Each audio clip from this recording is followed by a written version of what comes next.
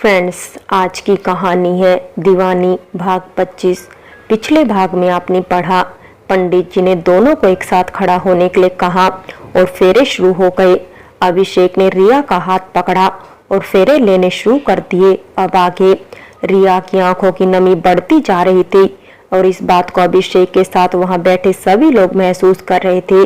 फेरे पूरे हुए और अभिषेक ने चांदी के सिक्के से रिया की मांग में सिंदूर भर दिया और पवित्र अग्नि के सामने उसे मंगलसूत्र पहना दिया। रिया की आंखें अब भी आंसुओं से भरी थी। हालांकि रिया का चेहरा अब भी घूंघट में ही था, पर अभिषेक ये आसानी से समझ गया था कि रिया की आंखें भीगी है। पंडित जी ने सब बड़े लोगों का आशीर्वाद लेने के लिए कहा। सबका आशीर्वाद लेकर दोनों को अंदर पूजा वाले रूम में कुलदेवी के दर्शन करने के लिए ले जाया गया। वहां दोनों ने कुलदेवी की पूजा की और दोनों बाहर निकल आए वहां से। पर ये क्या, जमाई सा के जूते कटे हैं। अरे यार, वेयर इज माई शूज? अभिषेक ने सौरव की ओर देखते हुए कहा। सौरव ने अपने दोनों कंधे उचका दिए और बोला, आई डोंट नो अभी। और पीछे की तरफ मोनिका और कुछ लड़कियां खड़ी खड़ी मुस्कुरा रही थी। मोनिका को मुस्कुराते हुए देखकर अभिषेक ने सौरव से कहा, क्यों भाई, तू इसे जेब खर्च नहीं देता है क्या? ये क्या कह रहा है तू? अब सौरव चौंक गया। वही तो, तू ही देखना, अगर तू मोनिका को जेब खर्च देता होता तो इसे मेरे जूते चुराने की क्या जरूरत पड़ती भला? इससे पहले कि सौरव कुछ बोलता, मोनिका कहती है, मेरे जेब खर्च का बाद में सोचना, पहले अपनी जेब ढीली करो। अगर जूते वापस चाहिए तो, नहीं चाहिए तुम ही रख लो, पर अब तुम तो पहनोगी नहीं और सौरव के साइज आएगा नहीं तो फिर क्या करोगी रख कर भी? लाओ, मुझे मेरे जूते वापस दे दो। मोनिका ने खिसियाते हुए गर्विता से कहा, देखो नाती, अभिषेक मुझे मेरा नेक नहीं दे रहे हैं। गर्विता ने अभिषेक से कहा, अभी ये शगुन होता है, शादी में जूते चुराए जाते हैं और उसके बदले में पैसे देने पड़ते हैं, समझे? अभिषेक ने कहा, मैं दूसरे जोड़ी मंगवा लूं फिर भी। इस बार रेखा ने उसके झूठ मूठ के कान पकड़ते हुए कहा, तो भी नेक तो देना ही पड़ेगा तने कुंवर सा। ओ होदी, आप फिर से मेरे कान पकड़ रही हैं। Now I am married and you should not पकड़िंग माई कान इन दिस वे, और वो भी इन फ्रंट ऑफ माई पत्नी। अभिषेक की इस ही इंग्लिश भाषा पर सबका पेट हंसते हंसते दुखने लगा था, पर किसी की भी हंसी नहीं रुक रही थी। अभिषेक ने भी हंसते हुए मोनिका और दूसरी लड़कियों को जूते चुराए का नेक दे दिया। अभिषेक ने विशेष को धीरे से पूछा, जीजू सब कुछ तो हो गया, अब विदाई कब होगी? विशेष ने धीरे से कहा, अरे मेरे बेसब्रे दूल्हे राजा, जरा सब्र रखो यार, तुम्हें विदाई की पड़ी है। वहाँ रिया का क्या हाल हो रखा है, जरा उसका भी तो सोचो। रिया का नाम सुनते ही अभिषेक को ध्यान आता है कि फेरों के समय से ही रिया की शिष्यों के कानों में गूंज रही थी और विशेष जीजू सही तो कह रहे हैं कि रिया को अच्छा फील नहीं हो रहा होगा। अभिषेक अब चुपचाप विशेष और गर्विता के साथ बैठ गया। अंदर रेखा और मोनिका रोते रोते ही रिया को विदाई के लिए तैयार कर रही थी। माँ अलग से चुपचाप रिया के पापा की बड़ी सी तस्वीर के सामने बैठी हुई थी। उनकी आंखों की कोरे भीगी हुई थी। वो जितना उन्हें साफ करती वो इतना ही और भीग जाती। उस पर से रिया का हुलस हुलस कर रोना परिस्थितियों को और भी दारुण बना रहा था। आज शायद रिया के पापा को भी परम शांति मिली होगी जब उन्होंने अपनी लाडली को दुल्हन बने देखा होगा। रिया की माँ ने रेखा से कहा, और रिया को अंदर ले आओ जिससे वो अपने पापा का आशीर्वाद ले सके। रेखा ने रिया से कहा, चलो पापा का आशीर्वाद ले लो चलकर। रिया सुबकते हुए रेखा के साथ अंदर कमरे में गई और अपने पापा की फोटो के सामने हाथ जोड़कर खड़ी हो गई और एकदम से उसकी रोने की आवाज तेज हो गई। रेखा उसे पीछे से पकड़कर रोने लगी। थोड़ी देर बाद वो दोनों ही एक दूसरे को थामे वहां से बाहर आ गई जहां माँ बैठी हुई थी। रिया माँ के पैरों के पास बैठ गई और अपना सर उनके घुटनों में डालकर फफक फफक कर रो पड़ी। माँ ने भी उसे बाहों में भर लिया और मेरी बच्चे कहकर उसके सर पर हाथ फेरने लगी। मोनिका और रेखा एक दूसरे को थामे रो रही थी। कुछ देर बाद रेखा ने रिया को उठाया और कहा, बस बेटा अब नहीं रो, आज से तो तेरे नए जीवन की शुरुआत हो रही है और वो भी उसके साथ जिसके लिए तूने कितना कुछ सहा और इंतजार किया है। फिर ये आंसू कैसे? माँ ने भी रिया से कहा, बस लाडो, तुझे जितना रोना था तू रो चुकी है। अब अभिषेक के साथ अपने नए जीवन को खुशियों से संवारते मोनिका ने भी रोते हुए कहा, फिर तुझे मेरे बेबी का नाम भी तो रखना है ना, आखिर तू ही तो उसकी इकलौती मासी है। मोनिका की बात पर रिया उसके गले लगकर रोते हुए बोली, हाँ, और मासी कह रही है कि अपना और मम्मा का बहुत ध्यान रखना। रेखा और मोनिका ने रिया को एक साथ गले लगा लिया और सिसकने लगी। माँ भी अपना चेहरा अपने आंचल में ढककर सुबक रही थी। तभी गर्विता ने अंदर आकर रेखा के कंधे पर हाथ रखते हुए धीरे से कहा, चले दी, विदाई का मुहूर्त बीता जा रहा है। दीपक और सौरभ चुपचाप आगे का सब अरेंज करवा रहे थे। अभिषेक दीपक को देख रहा था। वो चाहकर भी दीपक से अभी कुछ नहीं कह पा रहा था। शादी में शायद यही वो वक्त था जब वो खुद सीरियस हुआ था। रिया, रेखा और मोनिका के साथ बाहर हॉल में आ गई, जहाँ सब लोग बैठे हुए थे, शायद उसी का इंतजार कर रहे थे। वो अभी भी सुबक रही थी। अभिषेक ने उसे जब रोते हुए देखा तो वहां से उठकर बाहर चला गया। शायद वो उसे रोते हुए देख नहीं पा रहा था। दीपक को देखकर रिया उसे लिपटकर रोने लगी। दीपक जैसे कड़क मिजाज इंसान भी खुद को रोक नहीं पाया और उसने रिया को माथे पर छूते हुए कहा, रिया, अब क्यों रो रही है? आज तो तेरे लाइफ का सबसे खुशी का दिन है। आखिर आज तूने उसे पा ही लिया हमेशा के लिए, जिसके लिए तूने इतना लंबा इंतजार किया और इतना कुछ सहा। हाँ, अगर जाने अनजाने में मैंने तेरे साथ कभी सख्ती की हो तो मुझे माफ कर देना। इतना कहकर वो उसके सामने अपने दोनों हाथों को जोड़कर फफकने लगा। रिया ने उसके हाथों को पकड़कर कहा, नहीं भैया, आपने वो किया है जो शायद कोई नहीं कर पाता। आपने तो मुझे भाई के साथ साथ पापा का प्यार भी दिया है। आपके रहते मुझे कभी पापा की कमी महसूस नहीं हुई। हाँ, अगर मैंने कभी आपका दिल दुखाया हो तो प्लीज भैया, चाहे अपनी छोटी बहन मानकर या फिर चाहे बेटी मानकर माफ कर देना। दीपक ने उसे अपने गले लगा लिया और कहा, तू तो हमेशा मेरे जिगर का टुकड़ा रहेगी, बेटी बनकर भी और बहन बनकर भी। गर्विता ने रिया को संभाला और उसके साथ बैठ गई। दीपक बाहर आकर अभिषेक के पास खड़े होकर और उसके कंधे पर हाथ रखते हुए कहा, अब थोड़ा ठीक है, पर उसे सही होने में कुछ समय लगेगा।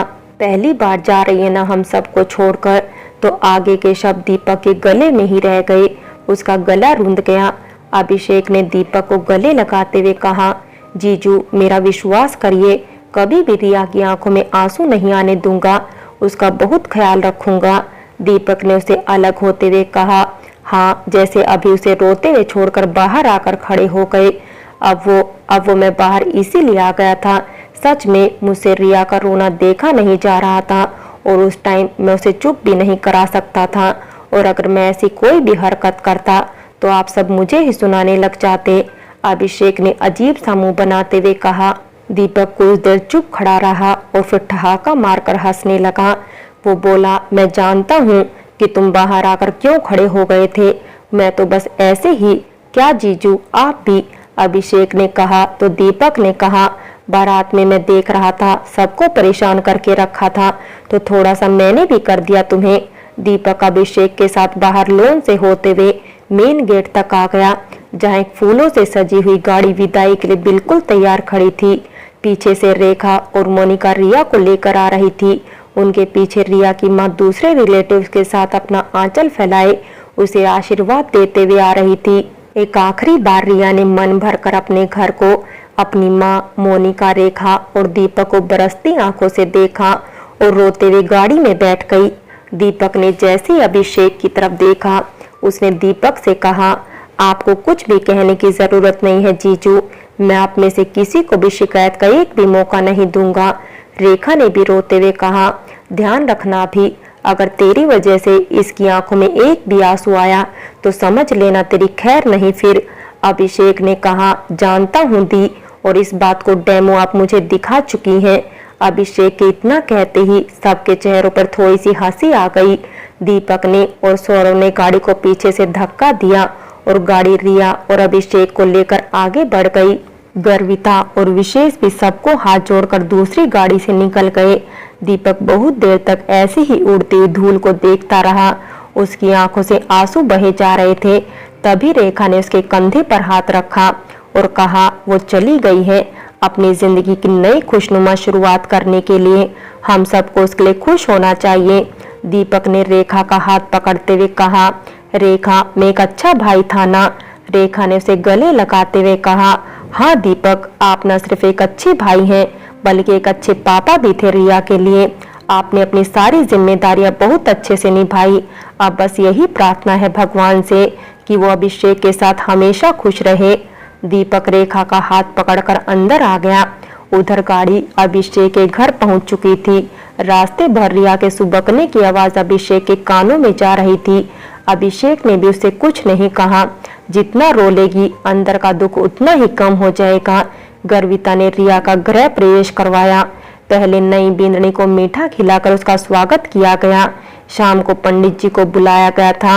वो ही आगे के दिन देखकर बताते कि किस दिन कुल देवी की पूजा और दर्शन करने जाना है, ताकि बिंद और बिंदनी अपने नए जीवन का शुभारंभ कर सके। अभिषेक ने जब ये फरमान सुना तो उसने अपने पास पड़े तकिए को अपने सर पर जोर से मार लिया। विशेष ने उसे हथौड़ी दिखाते हुए कहा, अभी ये लो, शायद इससे बात बन जाए। अभिषेक ने देखा विशेष एक हथौड़ी लिए खड़े हैं तो उदासी से बोला, उड़ा लो जीजू, आप भी मजाक उड़ा लो, अभी आपका टाइम है, कोई नहीं। और वो वहां से बाहर की ओर निकल गया। रिया को इस रायते के बारे में कुछ पता नहीं था जो कि पंडित जी फैला कर गए थे, क्योंकि वो तो गर्विता के कमरे में सो रही थी। शाम को जब वो उठी तो गर्विता ने उसे चाय के लिए पूछा। उसने मना कर दिया। फिर रिया ने कहा, उसे चेंज करना है, ये सब बहुत भारी है। गर्विता ने कहा, ठीक है, चलो तुम्हें तुम्हारे रूम में लेकर चलती हूँ। वैसे तो तुम इस रूम में आ चुकी हो, पर शादी के बाद थोड़ा सा चेंज हो गया है ये रूम, तो इसीलिए तुम्हें लेकर जा रही हूँ कि कहीं तुम किसी और का रूम समझकर बाहर से ही ना लौट आओ।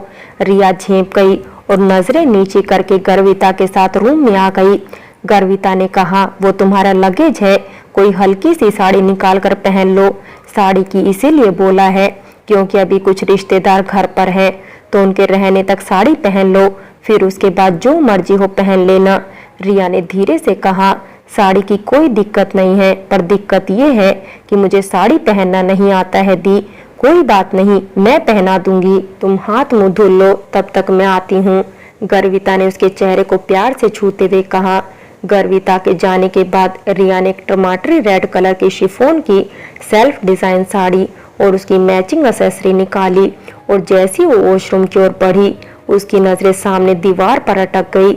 जब वो पहले आई थी अभिषेक के साथ कमरे में, तो हर तरफ बस अभिषेक के ही पोस्टर लगे हुए थे, मानो अभिषेक आर्मी में कैप्टन नहीं कोई फिल्मी सुपरस्टार हो।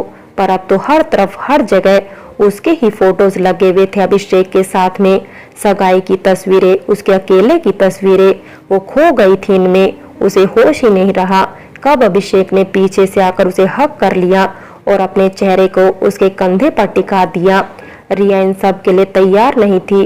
वो चौंक गई और जैसे ही वो पीछे मुड़कर देखती है तो सामने अभिषेक को पाकर उसकी नजरें झुक जाती है। अभिषेक एक टक रिया को देखता रह जाता है। अभिषेक को खुद को ऐसे देखते हुए पाकर रिया मुंह घुमाकर खड़ी हो जाती है। अभिषेक फिर से उसे पीछे से ही हक करके खड़ा हो जाता है और उसे पूछता है, क्या बात है मिसेस शेखावत, कल से नोटिस कर रहा हूँ, बड़ी नजरें चुराई जा रही है मुझसे।